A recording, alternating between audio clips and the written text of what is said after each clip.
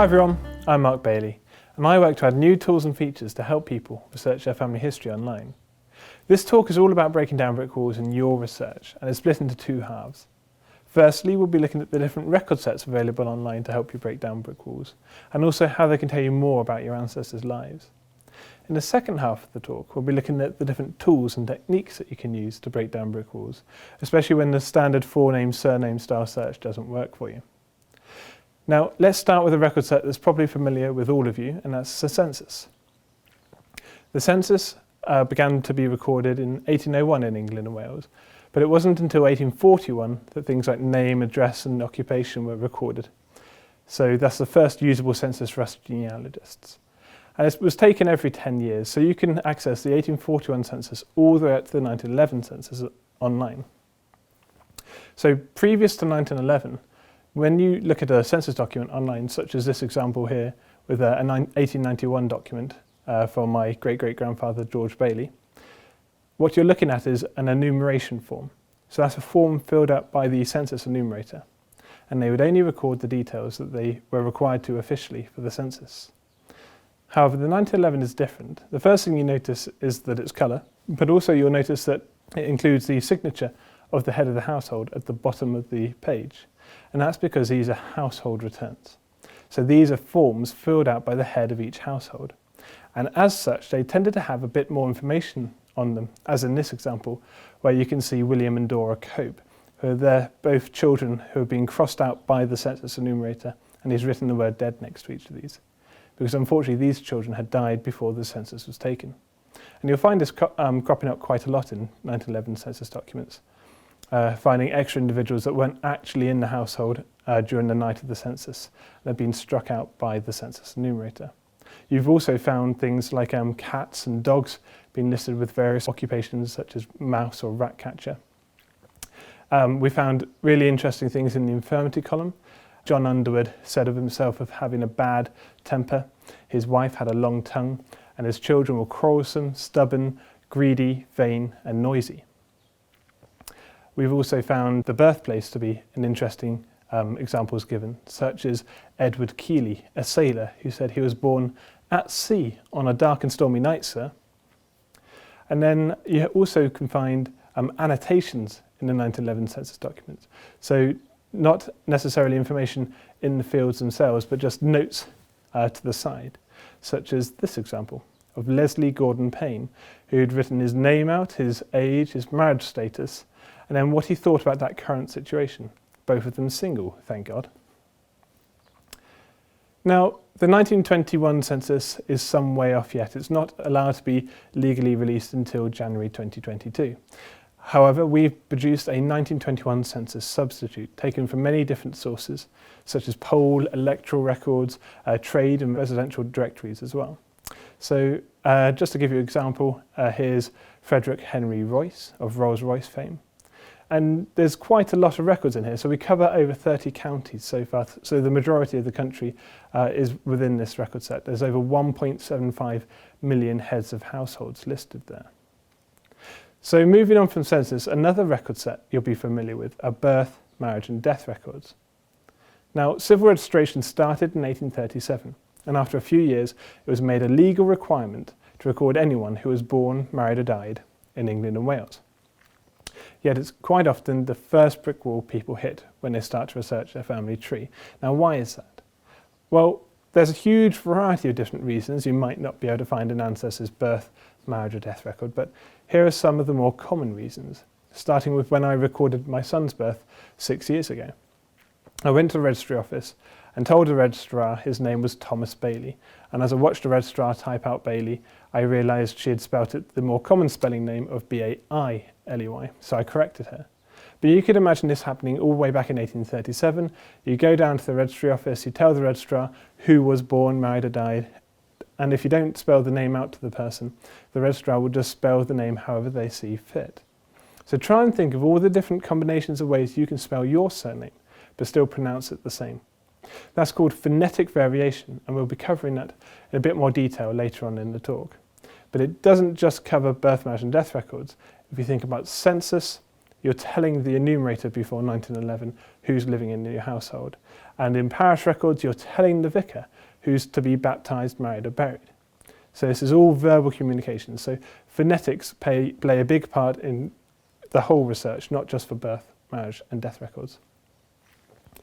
Another reason you might not be able to find an ancestors record is perhaps they're on one of the missing pages.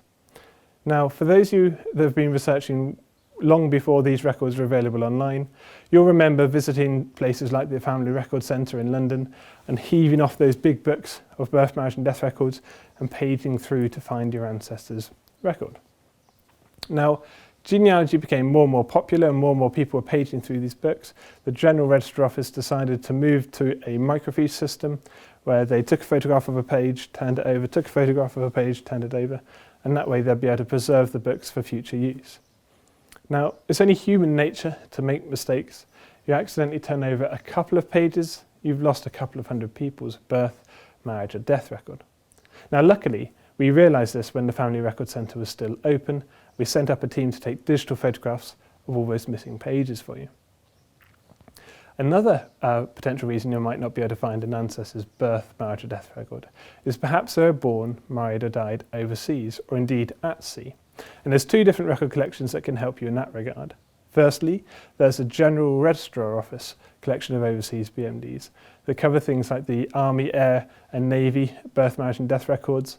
You've got informal certificates of births at sea and consular birth, marriage and death records, where British subjects were born, married or died abroad and then registered at the British Consulate or the High Commission.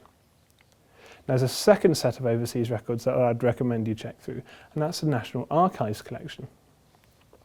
It's a wide variety of different records between RG32 all the way up to RG36, and also the Board of Trade series, BT 158 to 160. And they contain, like I say, a variety of different records from prisoner of war and civilian deaths. There's overseas records of birth, marriage and deaths of British subjects, including those on board ships. RG34 has the foreign marriages during the First World War. RG35 has the foreign death returns. RG36 has records from the British protectorates, so that's places like Asia and Africa. And then the Board of Trade series, 158 to 160, are birth, marriage and death records at sea. Now, even if you think your ancestor definitely was born in England and Wales, or married or died for that matter, but you can't find them within the normal civil registration records, I'd still recommend you look through these overseas records. For example, if you have an ancestor who was born in Lundy Island being in Devon, England, you would assume would be part of civil registration. Unfortunately not.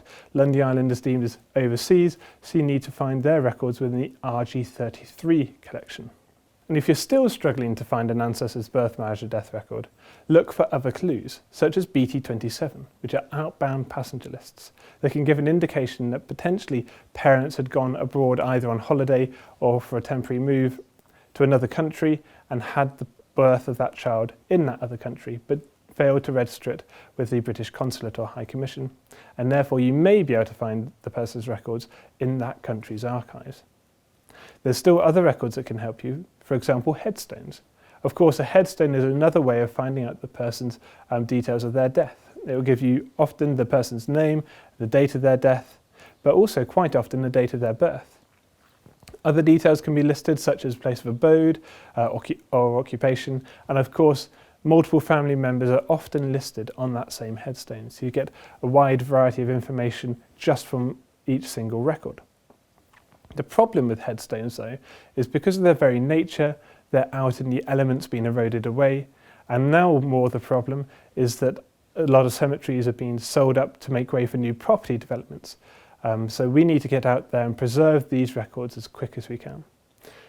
There's a volunteer project over at ukindexer.co.uk where you can volunteer to take photographs of your local cemetery's records and transcribe them if you wish, and in return you would earn credits towards a subscription with, for example, The Genealogist, or credits towards online genealogy products that you can buy online at genealogysupplies.com. Now, moving from the cemetery into the church itself, we have Church of England parish records. Now, We have millions of records available online, and it's our most rapidly expanding area at the moment. So I always recommend when you log in to the genealogist just to click on the News tab and see if we've added any new parish records for your area of interest. We have 4 different types of parish records available online. We have our own transcripts. We have images of parish records, the original images of parish records, where you can get permission from the local church or archive to publish those. We have societies and volunteer transcripts from many different family history societies. And we also have the Victorian transcripts. For example, you may have heard of Phillimore. And for those of you that haven't heard of Phillimore, Phillimore was a chap that went around multiple different churches and transcribed many of their parish records in the Victorian era. And we have the complete Phillimore collection available online. But Church of England parish records are only half the story. In the religious census in 1851, they found that about half the population of England and Wales actually attended a nonconformist chapel of worship. And that number changes dramatically when you look at just Wales or industrial towns was predominantly nonconformist. So if you can't find your ancestors' Church of England parish record, I'd really recommend you look through the nonconformist collections. There's a wide variety of different records within these, so let's cover some of the more common options of nonconformist records, which are in with the RG4 and RG5 collections. Now, as you've been hearing me say these different RG numbers, various reference numbers throughout the talk, and I will be continually giving some more reference numbers later on in the talk, don't worry too much about the actual reference number itself. It's purely the National Archives reference number. So you could go to the National Archives, quote them that number, and they'll be able to show you the original records. But all the records I'm showing you today are all available online at the genealogist.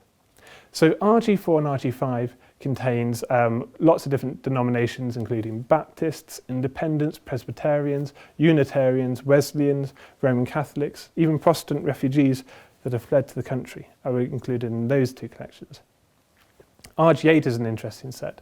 It's what the National Archives call miscellaneous records, and it includes things like the Russian Orthodox Church, the Chapel Royale, so royal baptisms, marriages and burials, and also wholeborn maternity records, which are great interest because they don't just record the child's details and the parents, but they also have the child's baptism attached, because the baptism was often performed in the hospital's own chapel. And often there's details of sponsorship as well, so telling you who's paying for those hospital bills. Moving on, we have the RG6 collection, which are Quaker records. There's over 1.3 million records in RG6. And the Quakers were great for us genealogists because they didn't just record 1 or 2 witnesses to a wedding, they recorded the entire congregation. And of course, a whole generation of the family would have come to the wedding, so they've done 1 generation's worth of research for you. Sticking on the theme of weddings, we have the RG7 collection, which are clandestine marriages, or you may have heard of these being referred to as the Fleet marriages. So the Fleet was a debtors' prison in London, and in 1667 the local clergy that didn't have income from their own church, they weren't associated with a particular church to get that income, decided to set up small, very cheap wedding ceremonies for the inmates of the debtors' prison. They were doing it almost as a charitable exercise, they said, although they were doing it really for the extra income it was giving them on the side. Now, these didn't come under the jurisdiction of the Church of England, so there wasn't all the rules and regulations that was required with normal marriages. So, for example, you didn't need to obtain a marriage licence. You didn't need to have your banns read in both the groom and bride's parish 3 weeks in a row. So you could literally decide on the day to get married to your girlfriend, pop into the chapel, pay the small fee, and get married there and then, without the parents' permission. So a lot of young children got married there. It was a bit like a Gretna Green of the day. Now, most people get stuck either trying to get out of census in the 1840s and getting into parish records, or if you can get through the parish records, you can usually get your way back to about the 1530s. But then the majority of people get stuck there. There's few record sets that date before that, but one of the record sets that does are will and probate records. So they can go back to 1384. So from the mid-1500s and back, they're all written in Latin as well. So we have to actually translate the wills as well as transcribe them. Now there's an interesting hierarchy with wills and probate records. You had the smaller peculiar courts that were to prove wills of a small value and if you only had one property. But if you had more than one property, or your will was over this sort of threshold value, you would need to have your will proven in one of the two higher courts. And that was the Prerogative Court of Yorkshire, which covered the Midlands and the North, and the Prerogative Court of Canterbury, which covered everything south of the Midlands, as well as all of Wales. And the Prerogative Court of Canterbury was the highest court of all. It had a certain prestige attached to it. So many people opted to have their will proven in the Prerogative Court of Canterbury, even if they didn't need to. And it's estimated that about 40% of the wills within this period are actually contained within the Prerogative Court of Canterbury.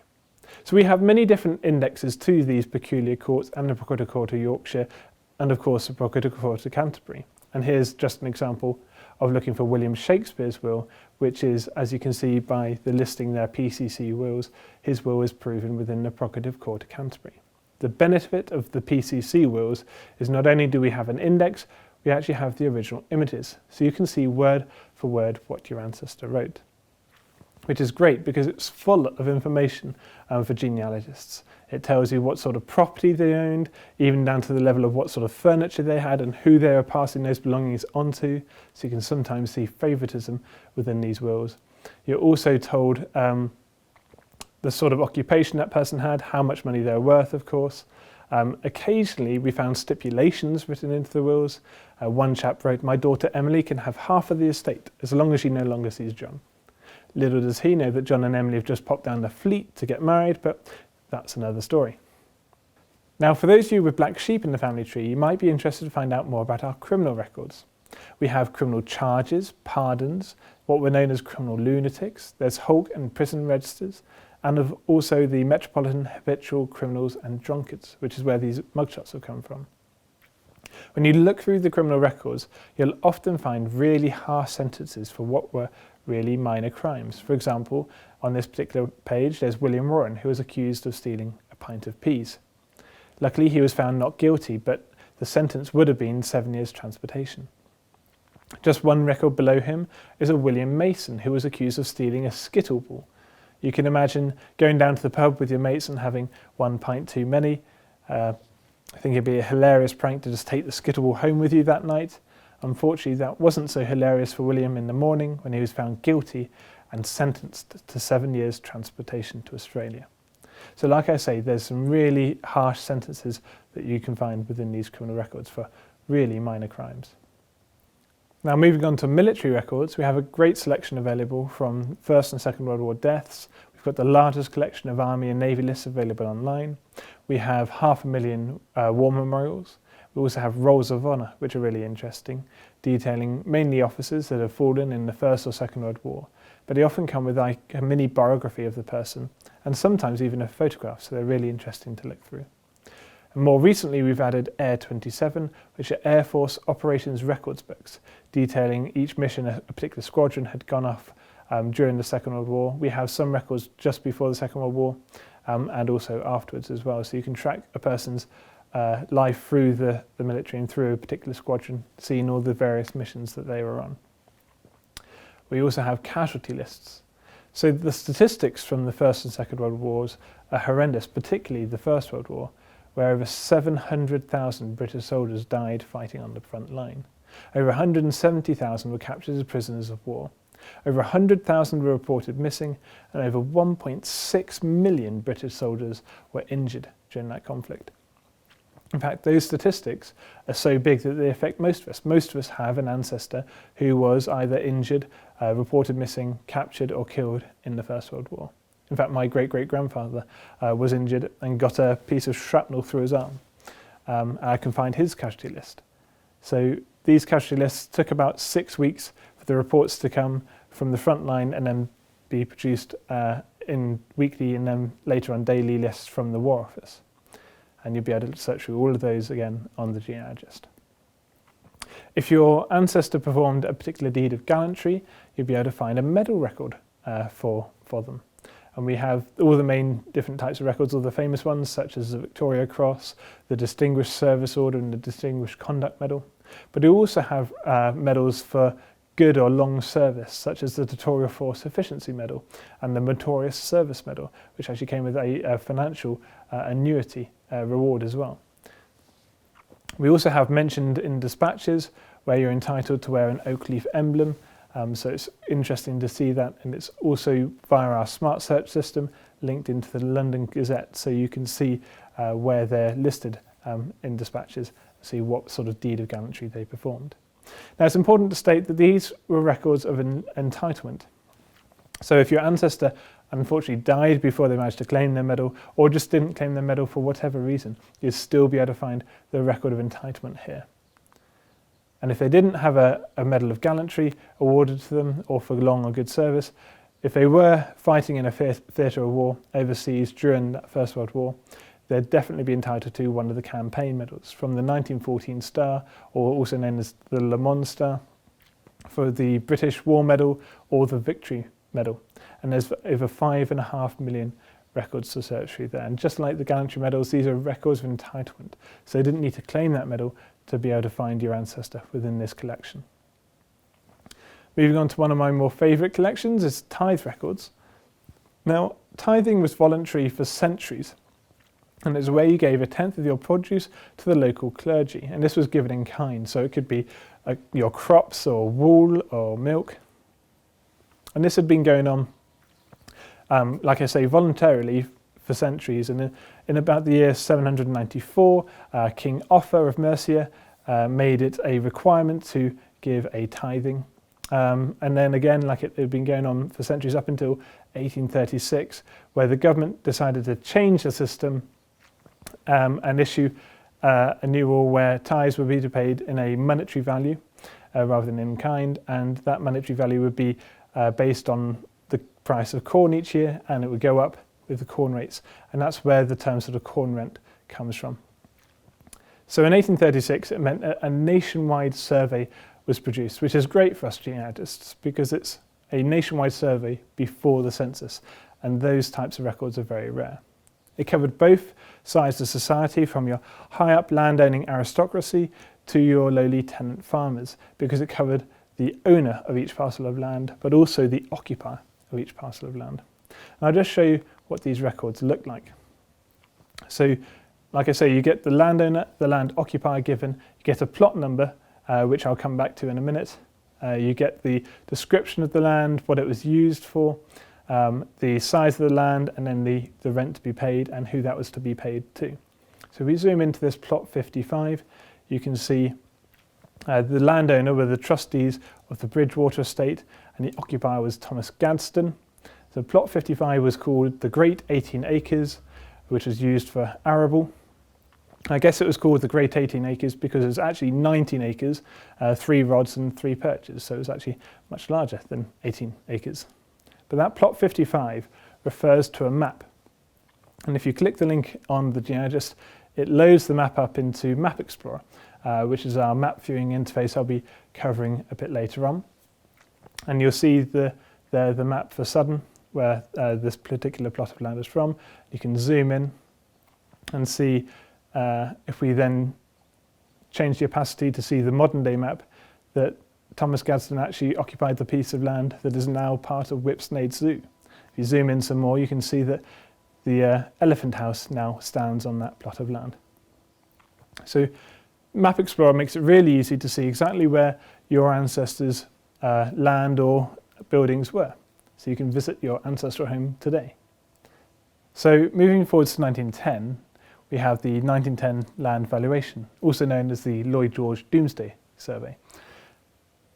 Now, Lloyd George needed to raise extra income for inland revenue, and to do this he created a new tax based on the increase in value of your property over time. So it meant he needed to do a nationwide survey in 1910 of every property and piece of land to find out the value, and then the idea was that in the future, when you come to sell that property or somebody inherits it when you die, they would send out another surveyor and find out the increase in value, and then therefore tax you on that increase in value over time. So it was great because there was another nationwide survey, but it was really detailed this time. So for each individual property, there was 4 pages of information detailing the owner, the occupier. It has a description of the property, even down to listing each room and what type of rooms there were, the condition of the buildings, what sort of insurance rates you paid, the income revenue you would be able to generate if you decided to rent that property out. All of these have an effect on the value of the property overall. So, like I say, it has lots of detail. It gives you the value of that property in 1910, so you can also work out how much your ancestors' property would be in today's money, and then compare that to the housing market today, which is quite an interesting thing to do. The key piece of information again on these forms are the plot numbers. So for the Queen Hotel, which is this example in the village of Olney in Buckinghamshire, has the plot number of 612. And again, that refers to a map. In this case, for the Lloyd George Domesday Survey, these are Ordnance Survey maps down to street level. So they're highly detailed maps.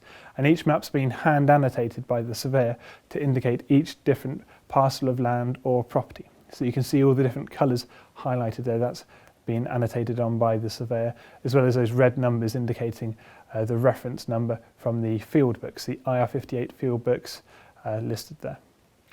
So if we zoom into the village of Olney, zoom in even further, so you can see really highly detailed, and the surveyor has actually indicated each property, its extremities, and on the drawing for you as well.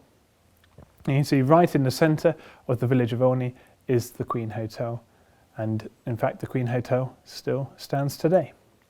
So the Lloyd George Domesday Survey is an immense project. Just to give you an idea of the sort of scale of this project, it's 4 times the size of the 1911 census.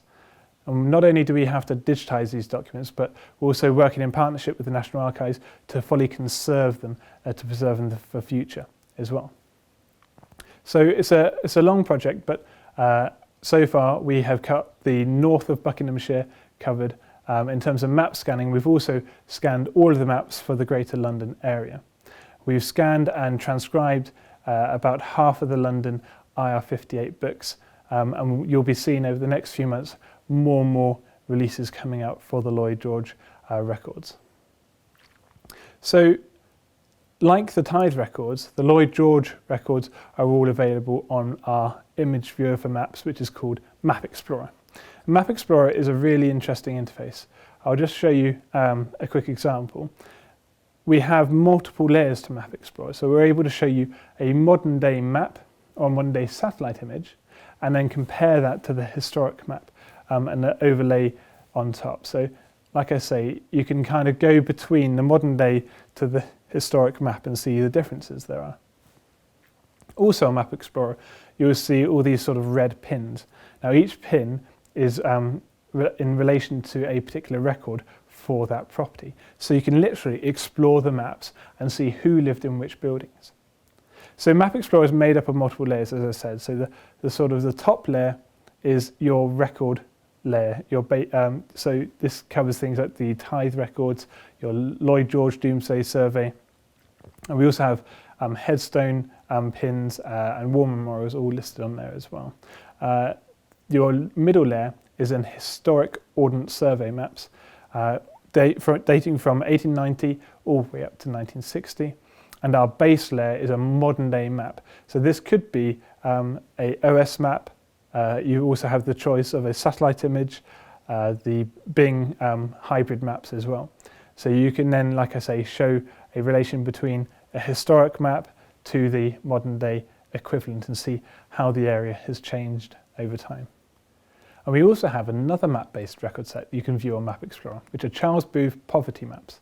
So Charles Booth hand annotated an entire collection of maps for London down to street level, showing how well off that particular street was. And this could range from yellow and red, which are the wealthier households, down to black, which he classed as vicious semi-criminal. So you can really zoom into those maps and see where your ancestor lived to see how well off they were and what sort of area of London they were living in at the time. Moving on to our image archive, we have thousands of images available as part of the subscription that you can download and add to your research. The idea is that you'll be able to find a baptism, marriage or death record for your ancestor. You'll be able to then find an image of the church where they're baptised, married or buried, and then add that to your research. Or we have plenty of thousands of high street scenes. The idea, again, being that you'd know where your ancestor lived at a particular time. We'd hopefully be able to show you an image of those surroundings so you get an idea of what it was like in the times of your ancestor. So here's a quick example of the parade in Hastings from 1912 versus how it looks today. And also we've got an example from Gloucester Street in Avonmouth, Bristol from 1910 versus how it looks today. We also have thousands of stereographs as part of Image Archive. So a stereograph was where you took two photographs simultaneously with side-by-side cameras. You took those two photographs and put them in a viewer and it would give you a 3D effect. Now obviously we can't give you a viewer to view these images on the website, but what we have done is produced a flickering image to give you a 3D effect. So before I show you an example, I must warn you, if you've got photosensitive epilepsy, please turn away. So this is a wigglegram that we've created showing you a stereograph. So like I say, it's a flickering image that produces a 3D effect, and this dates back to the Boer War, so we have really early photographs as part of the Image Archive as well. So those with photosensitive epilepsy can now look back at the screen. So we have a huge range of other records that you can view on the Genie. Unfortunately, I don't have the time to go through each one of them in detail today. But to give you an idea of the sort of other things you can find when looking for your ancestors, we have poll and electoral records, trade and residential directories, occupational lists covering things like doctors, apprentices, railway workers, pilots, teachers, law lists, actors, clergy, criminal records we've mentioned.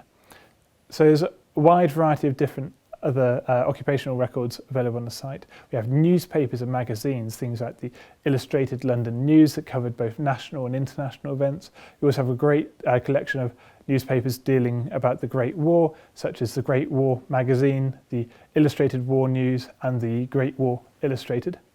We have regimental records and histories, telephone directories, pedigrees, visitations, peerage and heritage records. If you're lucky enough to have blue blood in you, you can trace your way back to about 850 AD with our royal records. We also have international records with a census for 1850 in Australia, the 1940 census for America. We also have some records for Canada and India. We have emigration records. So if your ancestors moved abroad, we've got details of those. If your ancestors had in fact emigrated into the UK, we have naturalisation records as well. So there's a wide variety of different records that you can find for your ancestors online. So now we've covered about all the different record sets available that you can search through. Let's look at the different tools and techniques that you can use to search, and start with Smart Search. So Smart Search is a technology that we've developed that links records together to make it easier to find the records for your ancestor. In this particular case, we're looking at a marriage record. So for civil registration records, you have one record for the bride and one record for the groom. Most people can find that groom pretty easily because you know their full name. It's much harder to find the bride because the bride would be recorded under her maiden name. However, Smart Search merges records after 1911 for bride and groom together. So you can look for a Joe Bloggs marrying a Jane, or in this case, I'm looking for Paul McCartney marrying Linda. So I'm looking for James McCartney because James is Paul's first name. James McCartney marrying a Linda, and I get two results. Those two results are actually the same couple. If you find two results for what looks like your ancestors, just view both of those records. If they both have the same volume and page number, you'd be able to tell that they're likely to be actually the same couple. And what's happened is usually the bride has been recorded twice. Once under her former partner's surname, in this case, as C, and also once under the maiden name of the bride as well. So Smart Search doesn't just stop there. Once you've found one record, it tries to go away and find more records. So you can see on the list of icons, the list of buttons you've got, there's a person holding a baby. If you click that icon of a person holding a baby, it then goes away and finds all the children born to that married couple. So straight away you can see Mary, Stella and James listed there on the screen. So it's very quick and easy once you've found one record to then find more and more records and work your way further and further back. Another tool we have on the site is our map tool, which enables you to display a heat density map of results for a particular search across one of our nationwide record sets, such as census or birth, marriage and death records. Now, what I really recommend you do here is just type in your surname into the search and enter no other refinement. Go to the census and pick the 1841 census because it's the earliest census available and it was before the mass migration around the country, before industrialisation. What you'll often find is the origin of a particular surname. In this case, I've typed in the surname of Dickens, and looking at the 1841 results map, you can see that Dickens obviously originates in Northamptonshire. Now, of course, if you've got a name like Smith, Jones or Williams, most of the map is going to be red, but it just shows you, for those of us with less common names, you're able to see where your particular surname comes from. And once you've found the 1841 map, you can then go through the years of census to 51 to 61, all the way up to the 1911 census, and see how that map changes over time. In this particular case, you can see in 1911 the Dickens family are moving up towards Lancashire and Yorkshire, but you can also see a path leading down to London. Now, our most popular search tool on the GIGIST is our keyword search. It's really easy to use. You can enter a forename, a surname, and then as many keywords as you know about your particular ancestor. We fully transcribe our records, so your keyword could be an occupation, a birthplace, a street address, a wife's name, a year, a date, an age. You can use all of these things as a keyword to narrow down your search. Another thing to point out is that I've used a filter in this particular example, looking for my ancestor Thomas Bayley. And you can see the filter is set to phonetic. So if you remember, right at the start of the talk, we discussed this sort of verbal communication that went on for all these records, whether it's census records, you're telling the census enumerator who's in your household before the 1911 census, birth, marriage and death records, you're telling the registrar, parish records, you're telling the vicar who's to be baptised, married or buried.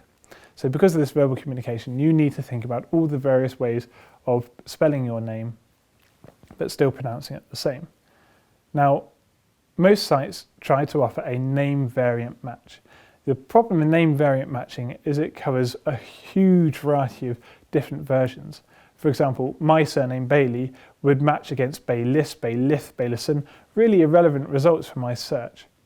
If I concentrate on just searching for the sound, that's how we've built the phonetic filter. It doesn't search for variations upon a spelling, it searches for the sound that you type in. So we're searching for the sound of Bayley in this case.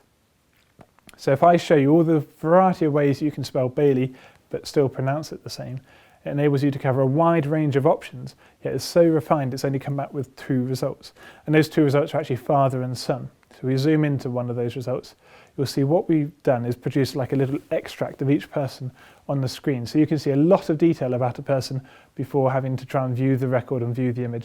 So it's very quick to scroll down a list of results. In this case, we've got Thomas Bayley, and you can see from the spelling there that he didn't spell his name out to the census enumerator at the time.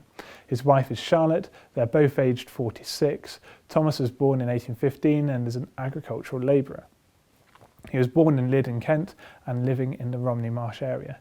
So you get a lot of detail to see if that's your ancestor or not. If you're not sure still, you can just mouse over that household icon and it'll instantly show you all the other members in that particular household.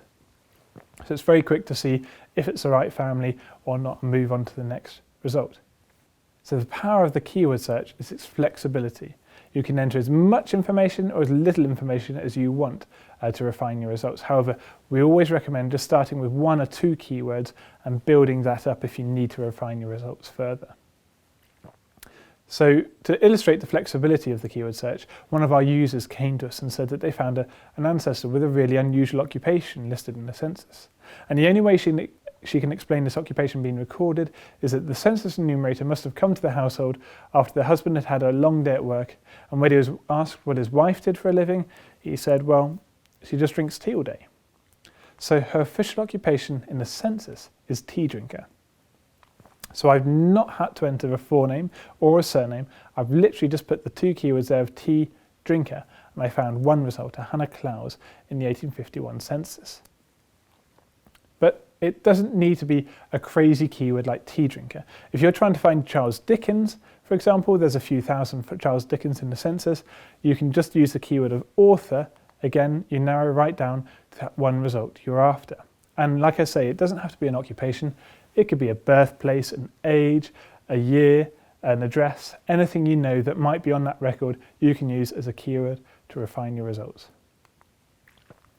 We also have an address option to find an address rather than a person, which is handy for tracing a particular house through the different years of census.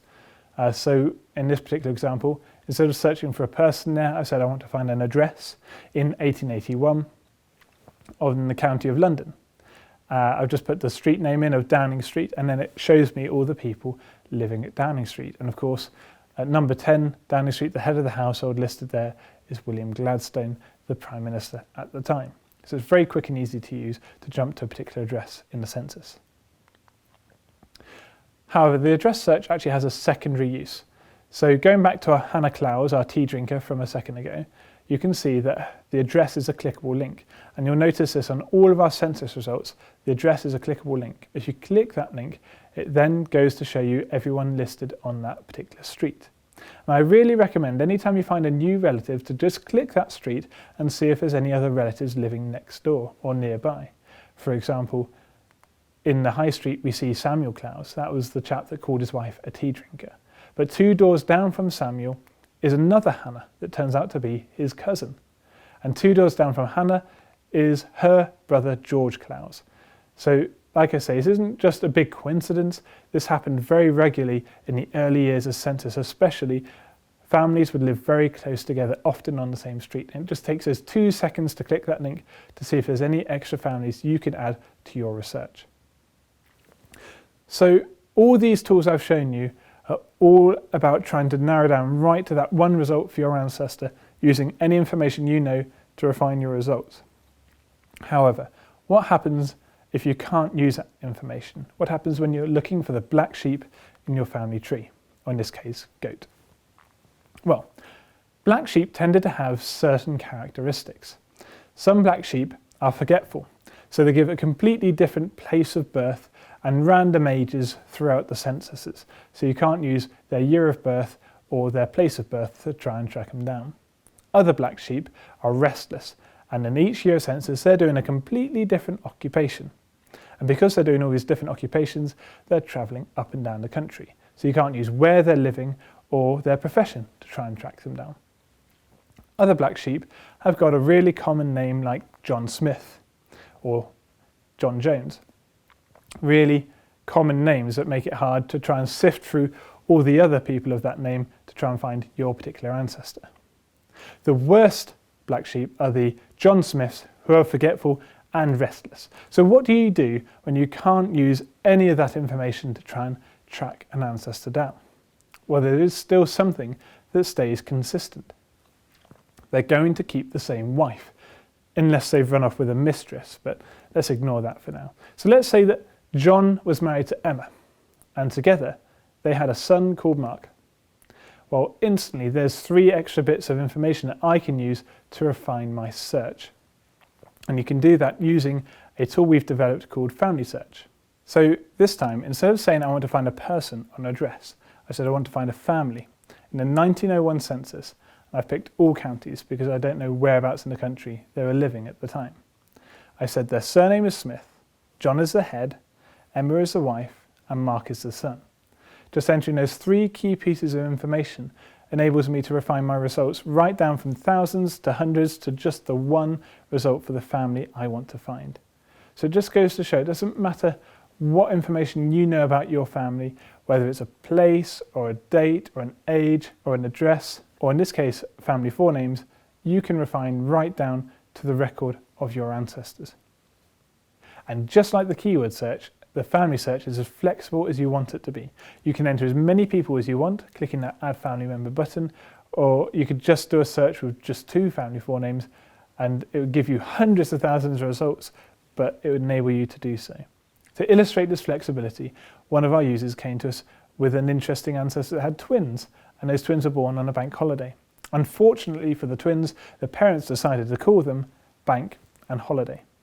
So to find them in the census, I've not had to enter a surname or a county. I've literally just said across the whole of the 1881 census, I'm looking for forename 1 of Bank and forename 2 of Holiday. And I find Bank and Holiday Munslow, aged 2 months in the 1881 census. So moving on, we have an all record search that enables you to search for all of our records in one go. In fact, most family research websites have an ability to search all the records in one go. Unfortunately, not many people use that tool because you just get far too many results to try and trawl through because there's no easy way to refine your search. However, our all record search tool is combined with the power of the keyword tool. So you can enter those relevant keywords to narrow right down to the one ancestor, and in theory, you should be able to find all of the records for one ancestor in one quick and easy search. Now that sounds far too good to be true. In fact, it sounds like the holy grail of genealogy, being able to find all the records for a person in one quick and easy go. But let me show you an example of how this works. So to make it a bit harder for myself, I've used a common name of John Turner. I've entered one keyword of Cradley, where he was born, and I've entered his year of birth of 1871, give or take a couple of years. So what that does is just comes back with 4 results, and if I zoom into those 4 results, you can see it produces like a life story of a particular person. In this case, the first result, you can see John Allen Turner was baptised on the 31st of December 1871 in Worcestershire in Cradley. Then 10 years later, the family have moved to Oxfordshire, and now we can see he's now aged 9, is a scholar in the Oxfordshire 1881 census. Then 10 years down the line, he's moved to Carnarvonshire in 1891. You can tell by the relationship of servant that has moved out of the family home, is now aged 19, working as a butcher's assistant. And finally, we have him in Hertfordshire in 1911. John Allen Turner is now married to Sarah and has opened up his own butcher shop in Watford. So even though he travels from Worcestershire to Oxfordshire to Carnarvonshire to Hertfordshire across 4 different counties, we found him in that one quick and easy search. Now, I've been asked before why I've used the parish of Cradley rather than the county of Worcestershire as a keyword to refine my search. Perhaps if I used Worcestershire, I could have found even more results.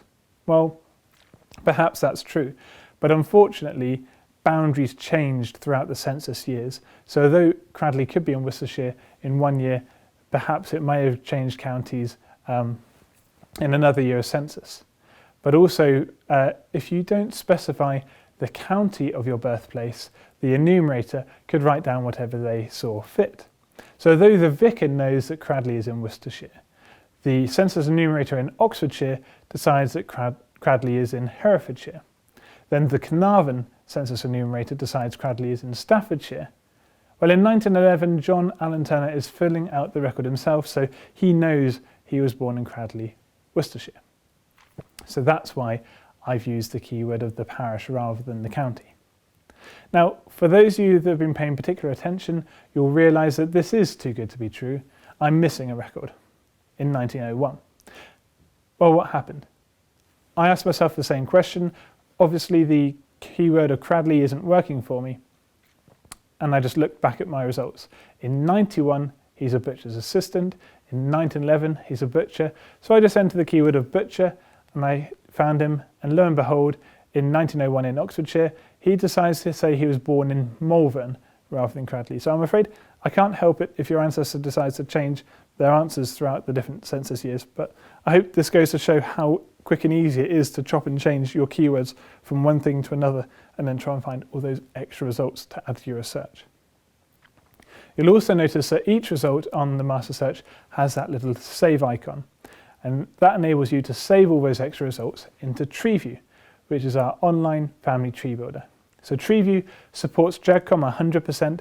So if you have a family tree on another website like Ancestry, FarmerPass or MyHeritage, or indeed on a piece of software like Family Tree Maker, Roots Magic, Family Historian, you don't have to enter your family tree details all over again. You can simply export your family tree from one of those packages or websites as a GEDCOM export and import that file into TreeView and save all your data again. So it's very quick and easy to transfer your tree across into TreeView. Now TreeView actually exists as 3 different versions. There's the online family tree builder we've just seen. There's also an app for iOS and Android devices, both tablets and phones. And there's also the software for Windows and Mac. Now all of these versions of TreeView keep in sync with each other. So you could take your phone down to the local record centre, find some new research about your ancestors and enter it into your family tree as you're there. And when you get home, your software on Windows or Mac will instantly sync and update with all that extra information, so you don't have to enter it twice. The benefit of the software for Windows or Mac is it also enables you to produce much more custom reports and charts. For example, here's a fan chart. We have a map report as well, and completely custom family trees, enabling you to drag and drop people wherever you want them on the screen. You can add background images, you can add titles and use different fonts and have annotations. You can include foreground images as well. And when you come to print that chart, you'll have two options. You're either able to print out on an A4 printer and it will chop up your family chart into A4 chunks that you can then tape all back together again, or it enables you to download a PDF of the whole chart in one go that you can then take to your local printer in town, who will be able to print it out onto one nice big sheet of paper for you. So now you know all those extra resources available online and how they can tell you more about your ancestors' lives, along with those search tools to help break down your brick walls. And I'm very pleased to say that for the Family History Show online, we've got a special discount, making the Diamond subscription just £109.95. And that discount will apply for the lifetime of the subscription, so you'll only be paying £109.95 every year you stick with us. We've also teamed up with Discover Your Ancestors to throw in a free research pack, which includes their latest bookazine with 200 pages of genealogical articles and features. There's Discover Your Ancestors Compendium. There's a guidebook by Celia Heritage on researching and locating your ancestors. There's a 10-generation relationship chart showing you how two specific people are related, for example, if they're second cousins twice removed. There's a census year of birth calculator, enabling you to calculate somebody's year of birth from their census record. There's Discover Your Ancestors Online Magazine, a free subscription for a year, which will give you 12 online magazine issues as part of this package. There is also a £10 TreeView voucher, making the TreeView 2 for Windows and Mac just £19.95. And it also includes a free upgrade to TreeView 3 when that comes out in a few months' time. If you'd like to take up this special offer, please just look around for the genealogist adverts. You'll see them dotted around on the Family History Show online website. If you've got any questions, myself and my colleagues will be available on the genealogist stand. If you just scroll through the exhibitor hall and then click on the genealogist logo, you can find us there. I'll also be presenting the experts, Ask the Experts question panel at the end at 3:30. So if you go to the lecture hall for that one, you'll see me there too. In the meantime, thank you very much for listening and enjoy the rest of your day.